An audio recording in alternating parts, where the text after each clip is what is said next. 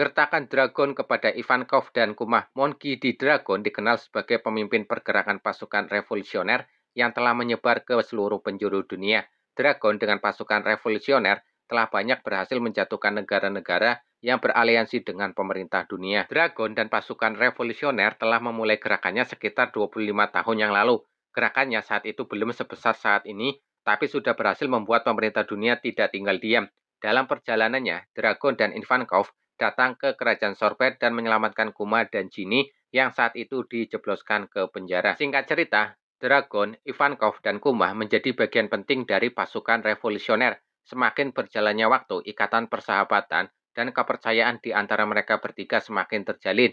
Bahkan Dragon sampai menceritakan sedikit masa lalunya yang pernah menjadi anggota Angkatan Laut. Namun, ada satu hal yang sangat ditutupi atau dirahasiakan Dragon di antara dua sahabatnya tersebut. Dia sangat merahasiakan informasi mengenai keluarganya, terutama keberadaan anaknya yang bernama Monkey D. Luffy. Dragon tentu menyadari bahaya dan ancaman yang akan timbul bila pihak lawan mengetahui informasi ini. Dragon benar-benar menyembunyikan informasi ini dari rekan-rekannya. Siapapun yang mencoba mengulik akan langsung kena semprot. Dragon tidak main-main bila membahas tentang Luffy. Bahkan Ivankov dan Kuma pernah merasakan semprotan Dragon. Dalam chapter 539, dalam flashback masa lalu Ivankov di markas Baltigo, Ivankov terang-terangan menggoda Dragon. Menurut Ivankov, ketika angin berhembus, Dragon selalu menghadap ke arah yang sama.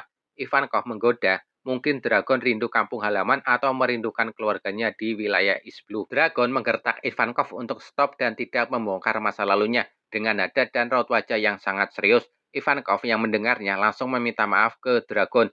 Ivankov tentu sadar bahwa setiap orang memiliki kisah masa lalu masing-masing yang ingin tetap terjaga rapi. Yang terbaru tentu Dragon menyemprot Bartolome Kuma dalam chapter 1101 atau di kisah masa lalu Kuma. Di kerajaan Goa di East Blue, Kuma menyadari sesuatu. Menurut Kuma, Dragon sangat mengenal pulau tempat kerajaan Goa berada. Saat berjalan-jalan, Kuma menemukan desa terpencil dan seorang anak muda. Dragon langsung menyemprot Kuma untuk tidak meneruskan pembicaraan. Bila terus lanjut, Dragon menyuruh Kuma untuk membunuh dirinya. Tentu Kuma kaget dengan respon dari Dragon.